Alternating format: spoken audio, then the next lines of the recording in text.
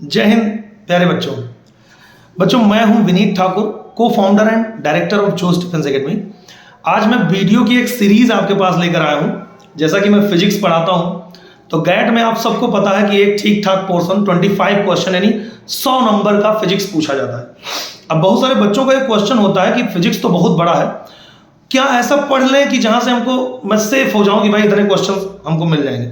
तो वैसे तो मैं एक सीरीज बनाने वाला हूं हर एक चैप्टर के ऊपर, लेकिन जो मेन है पार्ट वो है, जैसे पहला काइनेमेटिक्स में जो मेन पढ़ना वो आपका है यूनिट एंड डायमेंशन। वैसे तो ये काइनेमेटिक्स का पार्ट नहीं होता, बट मैं यहीं से बता दे रहा हूँ।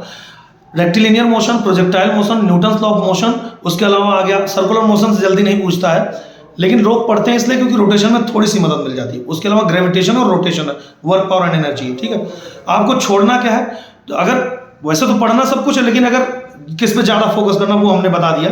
फ्रिक्शन से क्वेश्चन कभी कभार आता है तो उतना ज्यादा परेशान होने की जरूरत नहीं है।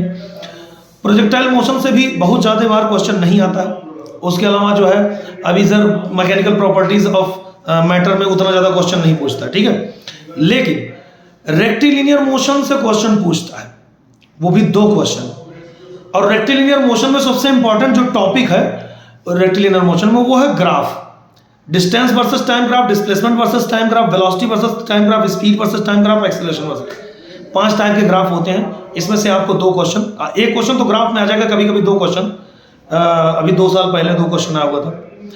लेकिन उसके अलावा एक्सेलरेशन पे क्वेश्चन आता है। आप ये पढ़ रहे हो तो इक्वेशंस ऑफ मोशन कैसे छोड़ोगे, वो तो करना ही है आपको। एक्सेलरेशन मतलब वेलोसिटी कब इंक्रीज कर रही है, कब डिक्रीज कर रही है, कब वेलोसिटी कांस्टेंट है।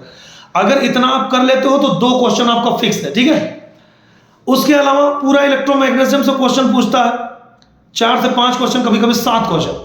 पूरा रे ऑप्टिक्स से क्वेश्चन पूछता है, और वेव ऑप्टिक्स से कभी क्वेश्चन पूछता ही नहीं, कभी भूला भटका पूछ लेने तो पूछता ही नहीं।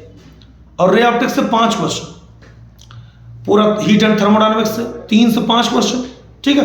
तो ये पार्ट है हमारा। बाकी जैसे एसी है, अल्टरनेटिंग करंट, जल्दी पूछता ही नहीं, तो नहीं पढ़ोगे तो भी काम चल जाएगा। समय है तो पढ़ लो। पूरे मॉडर्न फिजिक्स से पिछली बार एक ही क्वेश्चन पूछा, कभी 2 क्वेश्चन। पूरे मॉडर्न फिजिक्स कितना बड़ा है, तो नहीं भी पढ़ोगे तो भी काम चल जाएगा। 25 क्वेश्चन में से अगर आप चाहते हो कि 22 क्वेश्चन आप आराम से करके आओ और सही से करके आओ, तो बस इतना ही पढ़ लो। और सबसे मेन है रे ऑप्टिक्स और मैग्नेट, यहां से ज्यादा क्वेश्चन पूछे जाते हैं, ठीक है। और इलेक्ट्रिसिटी मतलब करंट इलेक्ट्रिसिटी। तो सबसे पहले तो हम केवल बात कर रहे हैं रेक्टिलिनियर मोशन का, बाकी सबका हम बताएंगे कहां से कितना क्वेश्चन पूछा था।